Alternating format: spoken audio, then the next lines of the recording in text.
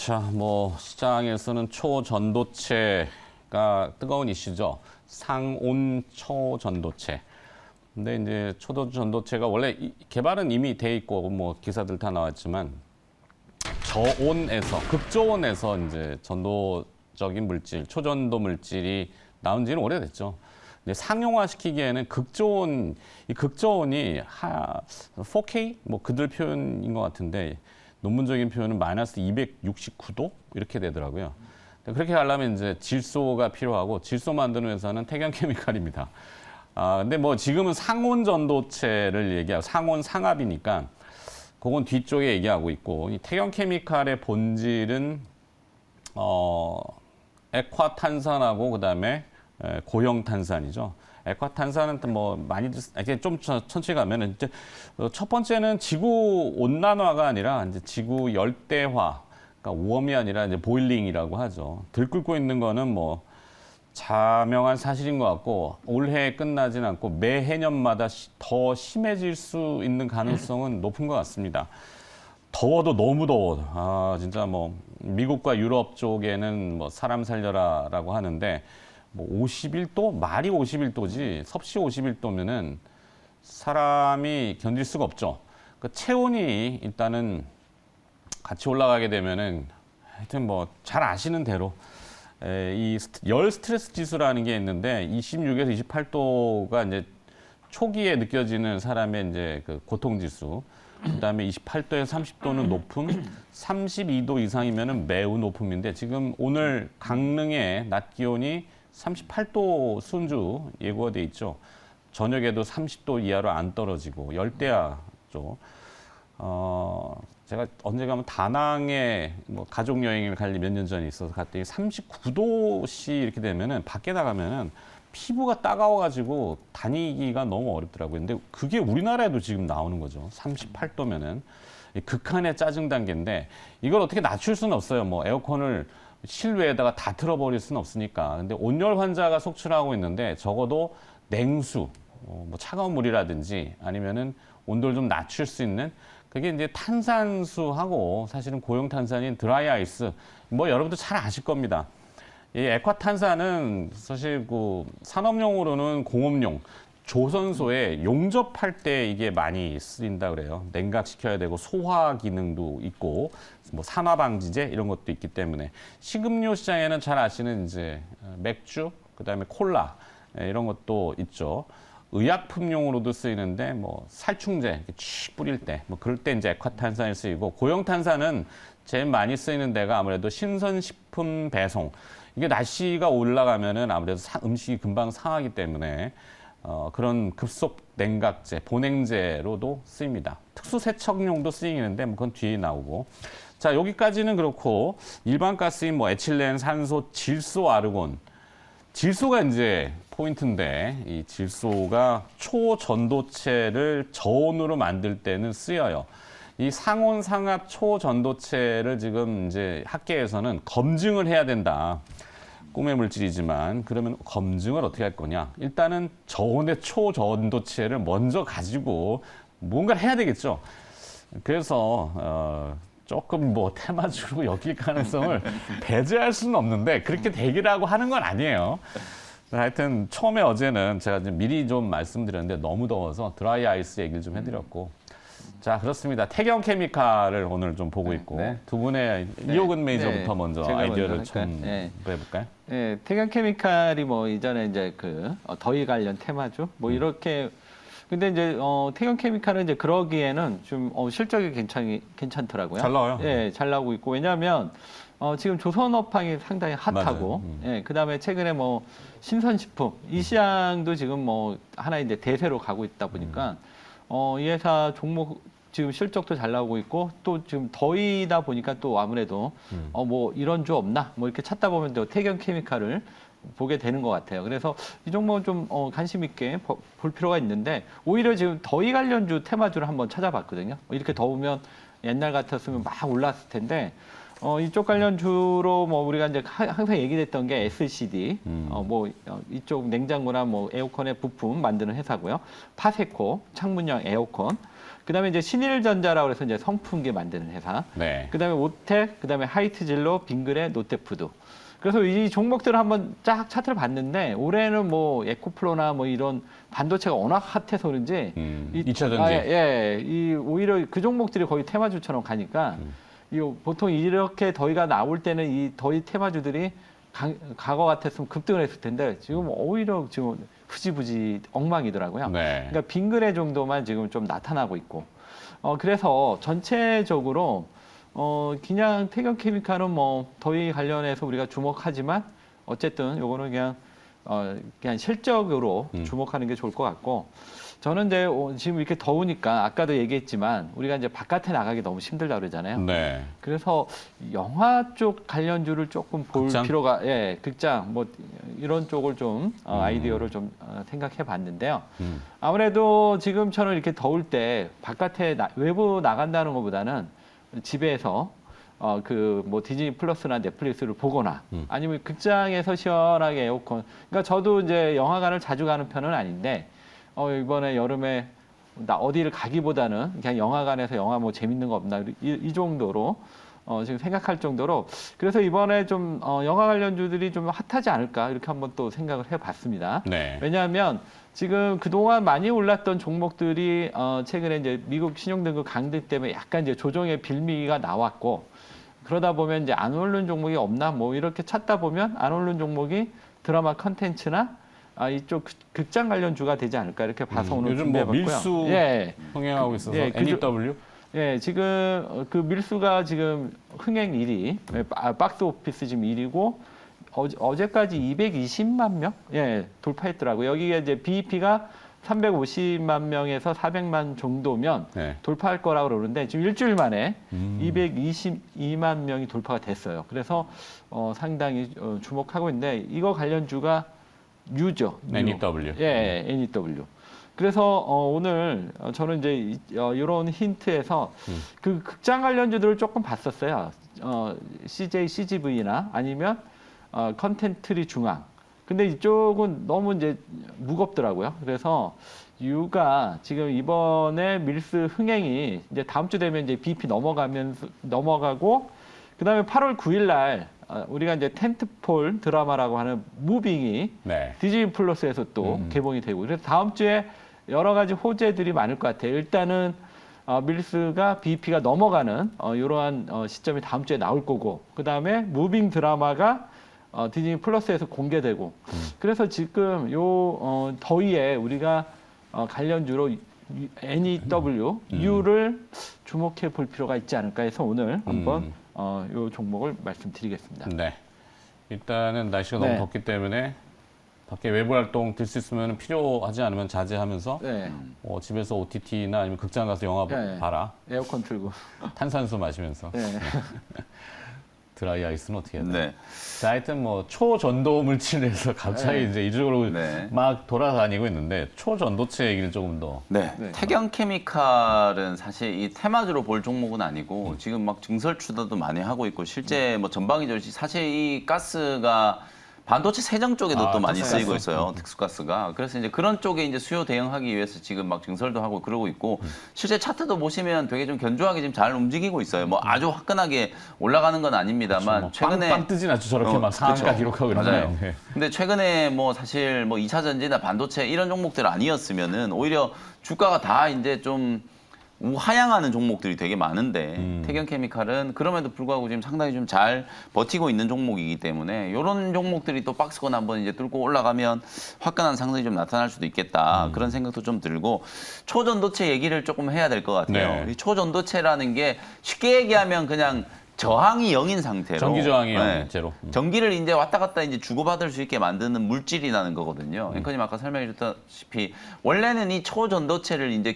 구현을 하려면 극저온 사실 우리가 이제 상상할 수 없는 상태의 어떤 극저온 상태로 떨어뜨리고 그렇죠.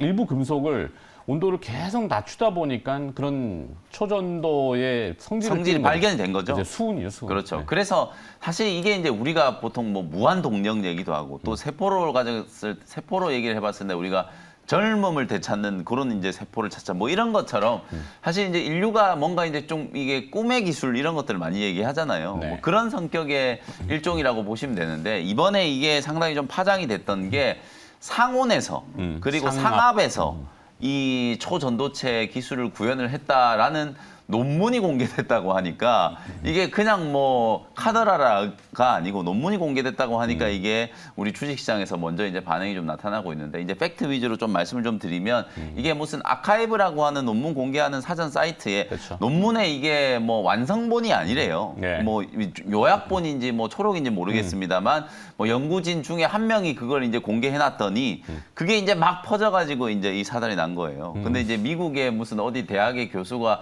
한 명 해봤더니 노벨상 감이다 뭐 이런 얘기가 나오니까 주식시장이 이제 난리가 났는데 제가 이제 검증을 해야 돼. 네, 맞습니다. 제가 몇 명 이제 지인분들한테 이렇게 해가지고 물리학 이제 랩에 있는 물리학 박사님들께 물어봤더니 표현을 이대로 하면 안 될 것 같아요. 어쨌든 상당히 거칠게 말도 안 되는 얘기다. 네. 뭐 이런 얘기를 하더라고요. 그리고 실제로 이게 이제 논문 자체에 이게 우리가 검증 실험을 하려면은 어떤 조건에 상온에 어떤 조건에서 어떤 방식으로 지금 실험을 했는지가 구체적으로 공개가 돼야 그렇죠. 그 똑같은 방식으로 실험을 했을 때 그대로 초전도체 성격이 만들어졌다. 이러면 이게 과학인 거거든요. 근데 그러려면은 비교 대상이 있어야 네. 되거든요. 그러면 비교 대상이 현재로서는 극조온의 초던조 물질은 만들 수 있잖아요. 그렇죠. 네, 질소가 그래서 쓰이지 네. 않을까. 네. 그래서 이제 그게 만약에 객관적인 조건 하에 동일한 조건 하에서 이제 그게 구현이 안 되면 이건 그냥 우연이었다. 이렇게밖에 안 되는 거예요. 해프닝. 근데 아직 이제 논문에 뭐 완성본, 최종본이 완벽하게 이제 공개가 된 건 아니기 때문에 뭐가 이렇다 저렇다 얘기하기는 좀 어렵습니다만 이 주식 시장이라는 게 원래 그래요. 객관적인 어떤 실체보다는 원래 이제 이런 기대감이 또 강하게 또 형성되고 그리고 이런 테마가 워낙 이게 강할 수밖에 없는 게 좀 신선하잖아요. 이게 누구 봤을 때 초전도체가 뭐야 이러면서 막 마치 이게 뭐 밈 주식처럼 이제 2차 전지도 필요 없고 반도체도 다 필요 없고 그렇죠. 초전도체로 가자 막 이런 이제 분위기가 만들어지다 약간 보니까 마술 같은 거죠. 자성체 위에 이제 뭐가 떠 있으니까. 그렇죠. 맞아요. 그런 신기하죠. 분위기가 이제 만들어지다 보니까 아무래도 어저께 무슨 신성 델타 테크니 뭐니 뭐 퀀텀 에너지 거기에 걸러 지분을 갖고 있는 회사들이 그냥 다 점상 가버렸잖아요. 이건 조금 이제 제가 볼 때는 좀 과하다. 그래서 검증 절차를 좀 지켜보고 진짜 이게 이제 좀 가능성이 있다면 특히 또 우리나라 연구진이 어쨌든 뭐 또 쓴 논문이기 때문에 가능성이 있다면 우리나라에는 정말 또 좋은 일일 수밖에 없잖아요. 자기 부상 열차라든지 또 아까 우리 요금 매니저님이 이제 전선 얘기해 주셨지만 저항이 여기이기 때문에 매년 수조 원이 지금 이게 그 전선을 타고 전기를 보내는 과정에서 소실이 되거든요. 네. 근데 최소 뭐 한 조 단위 이상의 이제 전력 손실을 이제 방지할 수 있는 이제 그런 기술이기 때문에 뭐 우리나라 입장에서도 만약에 이제 진짜로 객관적으로 이제 입증이 되고 상용화 단계까지 간다라고 하면야 정말 뭐 좋은 소식이긴 하겠습니다만 아직까지는 거기까지 가는 거는 좀 너무 많이 나가지 않았는가. 그래서 저는 차라리 오늘 이런 이제 초전도체 관련된 종목들을 살 바에야 빙그레를 사겠다. 제가 오늘 그냥 이 태경케미칼에 이제 또 붙여넣는 종목으로는 저는 네. 빙그레 한 현실적인. 종목. 네, 빙그레 왜냐면 너무 덥고 또 실제로 이제 뭐 빙가류 판매량도 또 급증을 하고 있고 식품류 종목들을 제가 쭉 다 찾아봐도 빙그레가 그나마 차트가 추세가 좀 괜찮아요. 그렇기 때문에 저는 그냥 빙그레를 추가를 좀 해드리도록 하겠습니다. 그러게요. 어제 아주 정점의 기사는 모 매체인데 매체까지는 밝히지는 않겠습니다. 초전도체 진짜라면은 5,830조 원의 경제 효과. 네.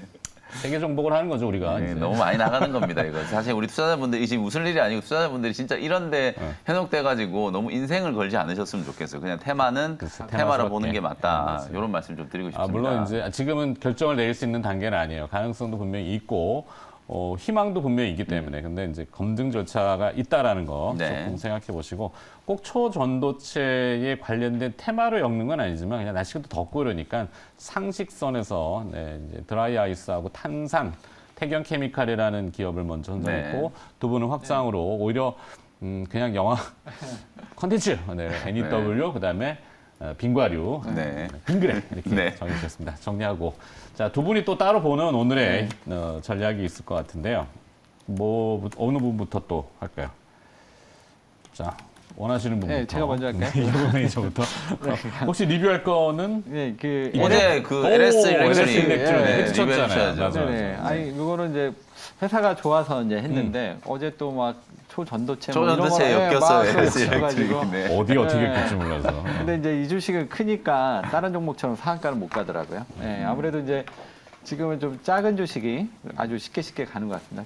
일단 LX 일렉트릭은 이 회사는 이제 여러 가지 펀더멘탈도 그렇고 지금 많이 개선되고 있고 여전히 아직도 성장 중에 있기 때문에 결국 이제 중장기적으로는 괜찮게 보고 있습니다. 근데 이제 어제 약간 분위기에 휩쓸려서 좀 급등을 하다 보니까 어제 조금 수급이 많이 엉켰을 것 같아요. 그래서 여기서는 이제 어느 정도 목표가는 달성했는데 여기서 좀 어제 이제 엉킨 수급이 풀고 그리고 나서 나중에 좀 시간이 지나고 나서 다시 또 상승세를 타지 않을까. 왜냐하면 지금 미국의 전력 설비라던가 이런 부분들이 여전히 지금 진행형이고 아직도 이제 계속 수주도 많고 계속 이제 성장할 수 있기 때문에 계속 관심 있게 LX 일렉트릭은 중장기적으로 봐야 된다. 다만 단기적으로는 조금 쉬어가야 된다. 이렇게 말씀드리겠습니다. 네. 네. LS 그룹은 이제 어제 새만금의 윤석열 대통령이 이제 네. 선방하면서 거기에 이제 2차 전지 클러스터와 뭐 여러 가지 얘기들 했는데 네. LS 그룹도 그쪽에 지금 새만금에 같이 하고 있죠. 네. LS 일렉트릭이 어제 좀 강해서 리뷰를 한번 해봤고 그러면 네. 오늘 선택은 오늘 선택은 비추로셀. 비추로셀? 예, 준비해봤습니다. 네. 포인트를 들어볼까요? 예, 비추로셀은 이제 이 종목은 1차 전지 리튬 1차 전지 관련주예요. 이 종목의 이제 포인트는 지금 이제 1차 전지 쪽이 아니라 이제 2차 전지까지 이제 나가겠다. 이게 이제 아마 이 종목을 주목하는 포인트다. 이렇게 말씀드리겠습니다. 일단 이제 1차 전지는 어떤 건지 좀 간략하게 설명을 좀 드리면 일단 이제 기존 2차 전지보다는 이제 저장 기간이 길고 에너지 밀도가 높고 그다음에 이제 사용 가능한 온도 범위가 상당히 광범위합니다. 그러다 보니까 가학화 환경에 노출된 계량기라던가 그다음에 이제 군용 장비 그리고 이제 시추용 장비 그다음에 이제 스마트 그리드 요런 데 이제 사용이 되고 있고 이 회사가 비추로셀이 글로벌 세 번째 3위 업체예요. 예, 그래서 나름 어느 정도 경쟁력을 좀 갖고 있고요. 그다음에 이제 다양한 제품 라인업을 갖고 있습니다. 근데 지금 이제 시장이 하도 2차 전지가 핫하다 보니까 이 회사가 이제 잘 만드는 게 이제 리튬 1차 전지인데 이것을 기반으로 해서 이제 2차 전지까지 지금 확장하려고 하는 이 부분이 이 종목의 포인트다 이렇게 말씀드리겠습니다. 일단은 2차 전지 소재 쪽이 하나 있고요. 그다음에 이제 리사이클링 이쪽으로 이제 새롭게 현재 추진 중인데 일단은 이제 2차 전지 소재 쪽은 지금 LG 에너지 솔루션하고 중기부하고 산자부 쪽하고 컨소시엄을 좀 구성해가지고 그 차세대 리튬 황전지 응급제용 초망막 리튬 호일을 지금 개발 중에 있습니다. 이게 이제 앞으로 차세대 소재라고 보시면 되겠고, 그 다음에 이제 요거는 이제 미래의 일이고, 최근에 캐나다 2021년인가요? 예, 요때 이제 캐나다에 2차 전지 스타트업 기업이 있었습니다. 메이크센스라고.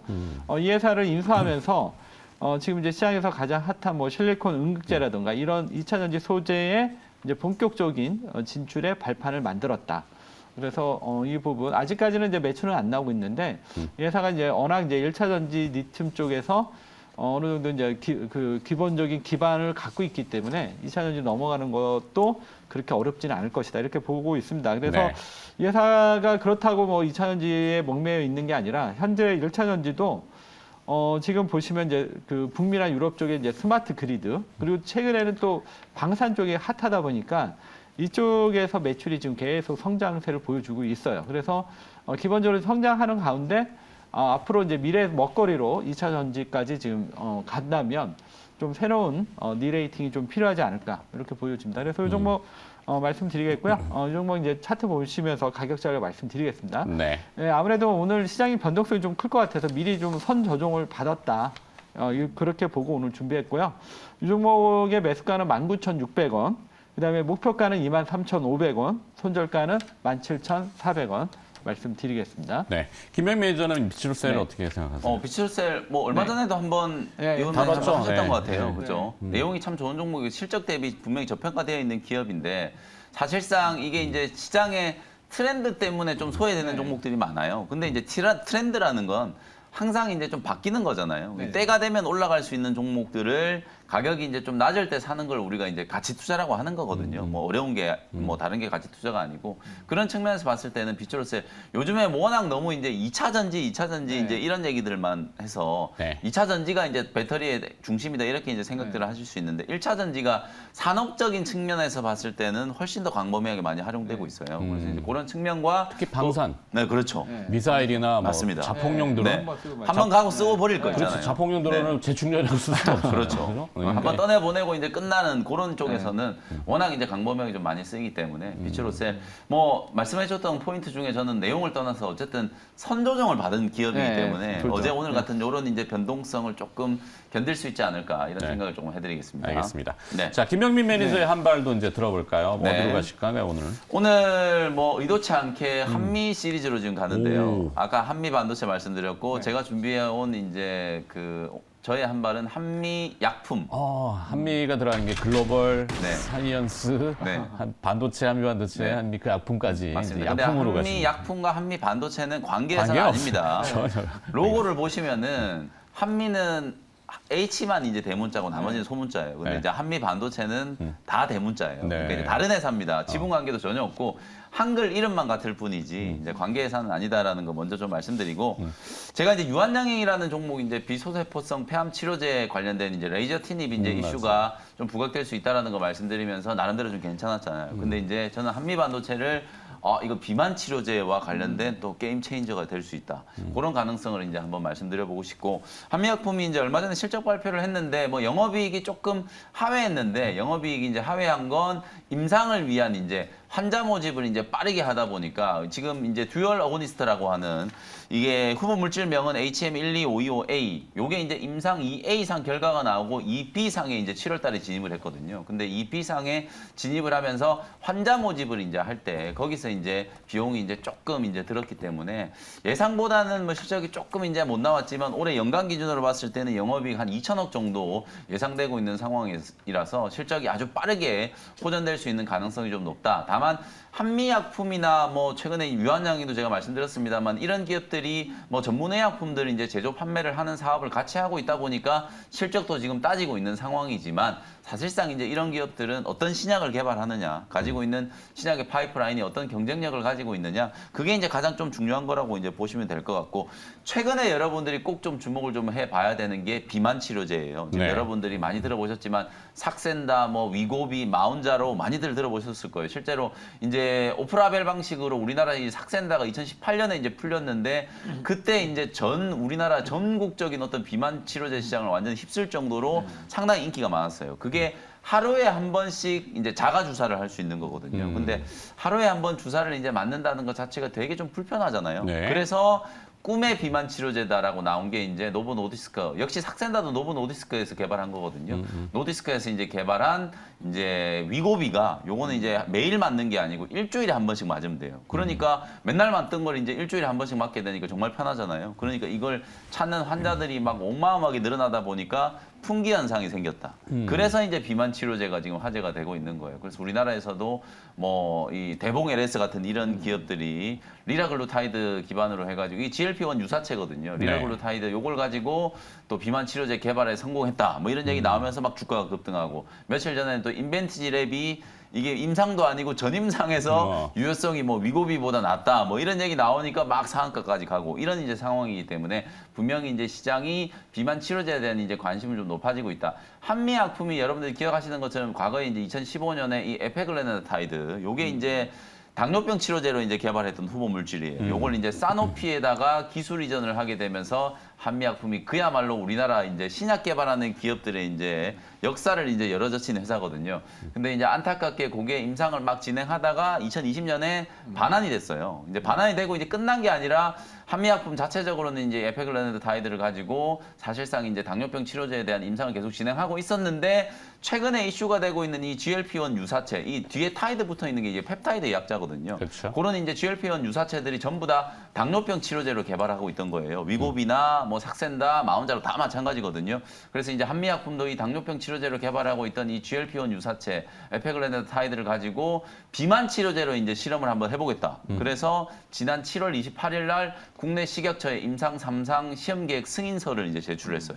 전임상이 아니라 임상 3상이기 때문에 그리고 이미 임상을 진행하고 있는 후보 물질이기 때문에 3상 진입이 되고 나면 비만 치료제로서의 가능성이 상당히 좀 높지 않을까. 그리고 이제 위고비라든지 마운자로 같은 거는 어쨌든 서구 이제 외국 사람들은 이제 비만도 초고도 비만이라고 하면 거의 뭐 130kg, 150kg 되는 이제 그런 분들 얘기하는 건데 이제 아시아인 그리고 우리나라 사람들 같은 경우에는 고도 비만이라고 하면 100kg, 110kg 그 정도를 이제 얘기하는 거거든요. 그러니까 이게 지금 마운자로 같은 경우에는 최대 72주에서 88주 임상해가지고 체중 빠지는 효과가 한 26% 정도 나왔다라고 해요. 네. 그러면 이제 150kg인 분이 26% 빠지면 제법 큰 거거든요.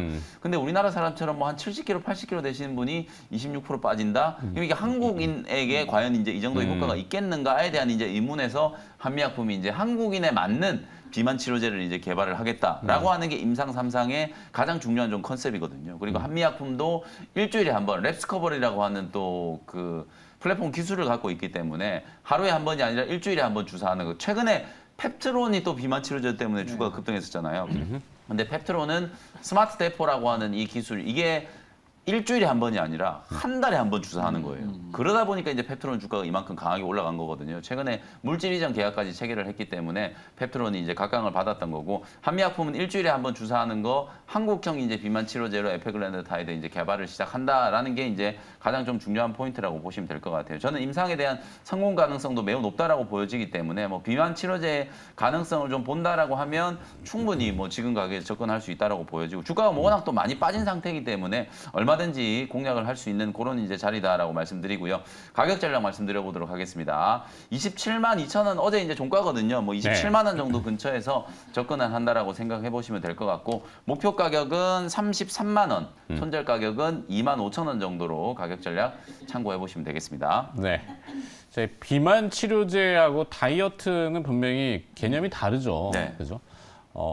그리고 또 절대 무게가 꼭 비만이다라고 할 수는 없는 그렇죠. 거죠. 네. 뭐 키가 2m가 넘는 분이 갑자기 몸무게 70kg다 그러면 그게 이상한 거니까. 그렇죠. 100kg는 넘어가는데 뭐 네. 근데 그런 것도 좀 생각해 그리고 보시고. 중요한 말씀 해주신 게 여러분들이 이 비만 치료제 주사만 맞으면 살이 빠지는구나 이렇게 생각하시는데 절대 아니에요. 마운자로도 임상 환자들 보면은 설계를 할 때 규칙적인 운동과 식단 조절 그렇죠. 이게 전제 조건이 되어 있으니까 상식이 상식. 하루에 피자, 치킨, 햄버거 먹고 주사 맞는다고 살 빠지는 게 절대 아니에요. 오해하시면 안 됩니다. 그렇죠. 네. 그냥 건강한 돼지가 되는 거죠. 하여튼 그렇다는 거 다 알고 계신 네. 개념이니까. 자, 오늘은 한미약품을 김현 매니저 한 발로 정해주셨고 좀 화면에 나와 있으니까 정리된 내용 참고해 보시면 되겠습니다. 자, 두 분은 고생하셨습니다. 내일 또 뵐게요. 네. 고맙습니다. 감사합니다. 네.